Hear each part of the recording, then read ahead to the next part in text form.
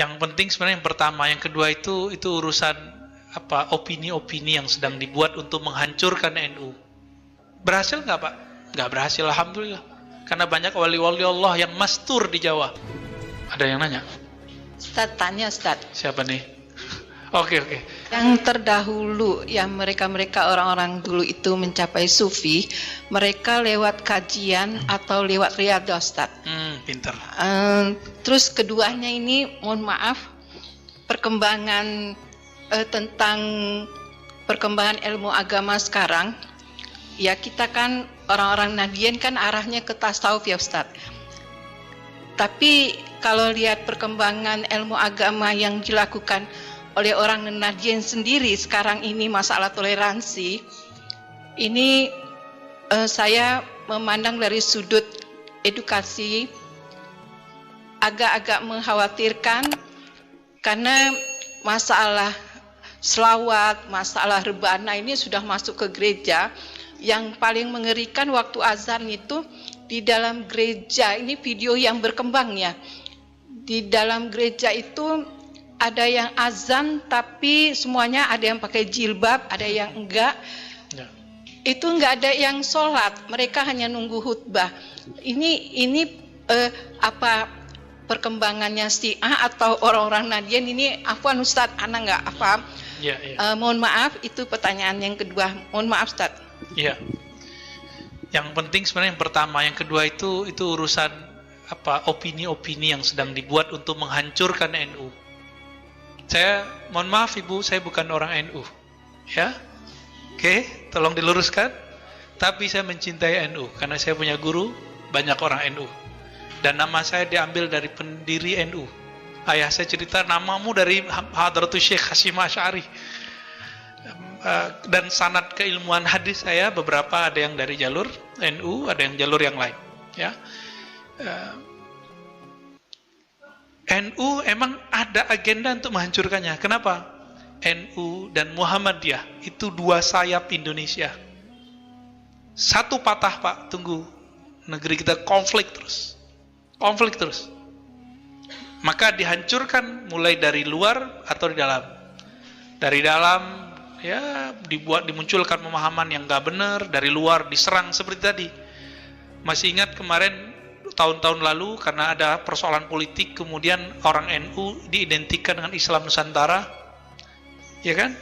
Akhirnya orang benci sama NU Pak. NU Nusantara.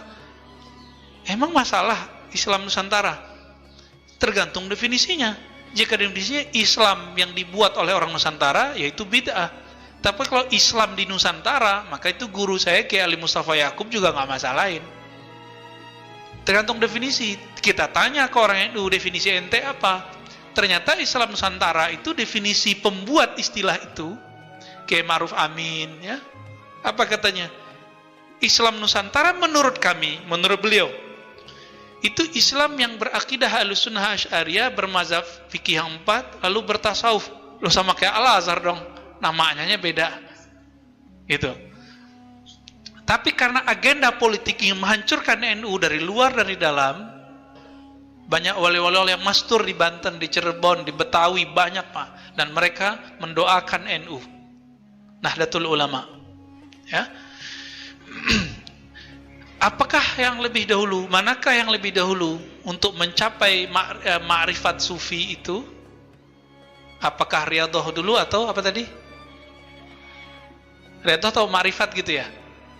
Ya. Kita dibandingkan umat terdahulu umurnya pendek atau panjang? Pendek. Umat terdahulu ada yang ibadah 500 tahun, itu masuk surga kata Allah dengan rahmatku.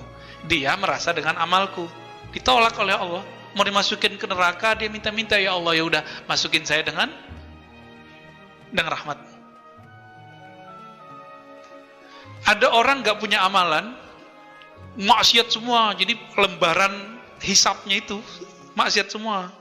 Udah mau digiring oleh malaikat neraka, tiba-tiba Allah bertitah, buka dadanya, ternyata ma'rifatullah ada dalam kalbunya. Allah, Allah, Allah, la ilaha illallah. Di riwayat Imam At-Tirmizi, la ilaha illallah di kalbunya. Di riwayat Imam Al-Baihaqi, Allah, Allah, Allah. Digabung duanya Pak, isinya ma'rifatullah, mengenal Allah. Di akhir zaman ini kita kuat nggak ibadah seperti Sunan Kalijogo, Syekh Abdul Qadir Jilani? Kuat nggak? Syekh Abdul Qadir Jilani itu lebih dari 25 tahun sama dengan Abu Hanifah, Abul Hasan Asy'ari, pendiri akidah Asy'ariyah itu 20 tahunan lebih mereka wudhu subuhnya pakai wudhu isya. Gimana caranya? Nggak batal Pak, dan nggak tidur. Kuat nggak? Ibnu Arabi dikafirkan orang Pak. Orang yang dikafirkan nggak nyampe 7 hari mati. Datang dia ke sana, dia takziah, dia bacakan la ilaha illallah 70.000 kali, dia hadiahkan untuk orang yang mengkafirkan dia. Sanggup nggak? Kita disentil dikit marah-marah, ya. Bener nggak? Kita kritik imamnya dia marah-marah, nggak sanggup kita. Maka di akhir zaman ini dibaliklah, ada ijtihad baru. Thariqat itu jangan klasik lagi, jangan kaku lagi. Mulai dari ma'rifatullah, baru turun ke ilmu hakikat, baru turun ke ilmu thariqat, baru turun ke ilmu syariat. Tetap kita jalanin syariat, kita berthariqat, kita belajar ilmu hakikat. Tapi yang kita mulai belajarnya apa? Ma'rifatullah. Kenali dulu yang disembah, baru sembah dia. Ilmunya kan sudah ditulis oleh mereka yang dulu ibadah puluhan tahun, ditulis Pak di kitabnya, dan diijazahkan ke murid-muridnya. Itu tinggal kita kaji. Bahkan tersimpan dalam kolbu para ulama-ulama wali-wali Allah hari ini. Nah, kita ambil ilmu mereka dari kolbu mereka, dari kitab mereka, baru kita beramal. Nanti hasilnya gimana Pak? 2 rakaat orang bermakrifat itu lebih afdol daripada 1000 rakaat orang jahil tapi ahli ibadah. Kan begitu di hadisnya. Ya, orang alim sholat, orang alim tidur. Di sini juga ada. Kata beliau, orang arif jika tidur itu lebih afdol daripada orang yang jahil sholat. Ada di sini. Bukan kita melebih-lebihkan. Emang begitu hadisnya, begitulah ulama mengartikannya. Jadi, Bapak Ibu yang makan Allah, di zaman ini kita emang nggak kuat. Bapak nggak usah ikut tarekat yang aneh-aneh. Ya, nanti saya tunjukin tarekat apa yang Bapak pelajari nanti. Tarekat yang isinya ma'rifatullah lalu beramal. Ma'rifatullah beramal. Nggak boleh pisah ini. Ya, tapi ma'rifat itu adalah afdalul amal, amal qalbu. Saya tutup dengan hadis Nabi. Nabi ditanya, "Wahai Rasulullah, apakah amal paling afdal?" Kata beliau, "Al-imanu billah." Iman kepada Allah. Iman di mana? Di qalbu atau di badan? Di qalbu. Maka Imam Bukhari, Imam Ibnu Hajar mengatakan, amalan paling afdal adalah amalan qalbu. Apa itu? Mengenal Allah, yakin kepada Allah. 2 itu aja Pak. Mengenal Allah, buahnya yakin kepada Allah. Nah, kalau Ibnu Qayyim dia balik. Zikir itu bahtera mengantarkan orang kepada ma'rifat. Nah, ini tarekat orang lama. Mereka ibadah bertahun-tahun supaya nambah ma'rifat. Sekarang dibalik Pak, dirukhsah oleh ulama-ulama akhir zaman yang mereka telah mewarisi ilmu-ilmu. Kan kita ini kayak apa ya? Hulu muara. Ini sekarang udah di muara Pak. Saringannya ada sama kita. Tinggal kita saring, ambil mana yang sesuai dengan zaman ini. Yang penting kita bisa mengenal Allah, bermakrifat kepada Allah, mengenal hakikat keyakinan sejati, berthariqat, berjalan menuju Allah, dan mengamalkan syariat yang zahir dari Rasulullah sallallahu alaihi wasallam. Itulah kesimpulannya.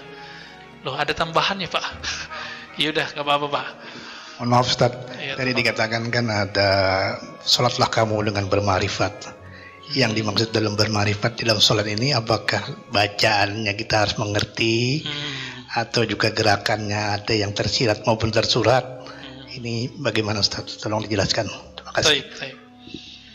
Sholatlah kamu dengan bermarifat. Begitu kata orang ya. Kalau kata Nabi nggak begitu Pak. Shollu kama ra'aitumuni usolli. Sholatlah kamu seperti kamu melihat aku sholat. Kata Imam Nawawi, nggak sanggup kamu sholat seperti Nabi sholat. Maka Nabi ngomong, sebatas yang kamu lihat deh gitu. Kita ngelihat Nabi sholat nggak? Enggak, yang kita lihat siapa? Guru kita sholat. Bapak ngelihat fisiknya apa kolbunya? Baru fisiknya, karena belum punya ilmu kolbu. Ya, besok kan mulai trial tuh belajar ilmu zikir sama Ustaz Rusdi. Nanti saya beri juga beberapa. Biar dialah belajar zikirnya, nanti kita tebar dikit-dikit ilmu ma'rifatnya insya Allah. Ilmu ma'rifat itu Pak, membuat 4 rakaat terasa 1 rakaat. Itu ciri-cirinya. Membuat Bapak rindu duduk di masjid ini. Itu ma'rifat, karena ma'rifat itu fiha lazzah. Di dalamnya ada lezat. Seperti orang yang jatuh cinta, pengen ketemu terus. Itu dia ma'rifat. Kalau Bapak sudah dapat tuh ilmu, nanti kita kecanduan. Jadi apa istilahnya? Kayak addiction tapi positif gitu. Kecanduan agama. Kecanduan ibadah nikmat. Nanti kata Nabi apa? Walaupun hadisnya dhaif tapi dia naik menjadi hasan li ghairihi. Uzkurullah hatta yaqulu hatta yaqulul munafiqun muraun. Berzikirlah kamu sebanyak-banyaknya sehingga orang munafik mengatakan kamu ente gila. Orang jam segitu kerja ente malah zikir. Itu dia, ya. Ya coba aja sendiri Pak. Kita makanya lebih afdol ngaji. Bapak kalau ngaji ba'da subuh tahu-tahu udah syuruk. Ya kan? Tapi Bapak coba sendiri duduk. Baru 15 menit nyot di kaki. Tapi aneh, kok kalau ngaji nggak kesemutan Pak kakinya? Benar nggak? Karena kita nggak sadar gerak begitu aja. Asik di kepala menerima, di kolbu itu dia menyerap, di ruhani dia girang. Karena dia mendekat kepada sang kekasih hakiki. Saya kalau membahas itu bisa mewek-mewek Pak, nanti aja. Ya, semoga Allah nanti membimbing kita bahkan mulai dari malam ini untuk mencapai pengenalan yang hakiki kepadanya. Amin ya rabbal alamin. Dan kita meninggal menjadi orang yang benar-benar mengenalnya. Itulah makna dari haqqa tuqatih. Engkau benar-benar mengenal Allah subhanahu wa ta'ala. Subhanakallahumma wa bihamdika asyhadu an la ilaha illa anta astaghfiruka wa atubu ilaik. Wa sallallahu ala sayyidina Muhammad walhamdulillahi rabbil alamin. Assalamualaikum warahmatullahi wabarakatuh.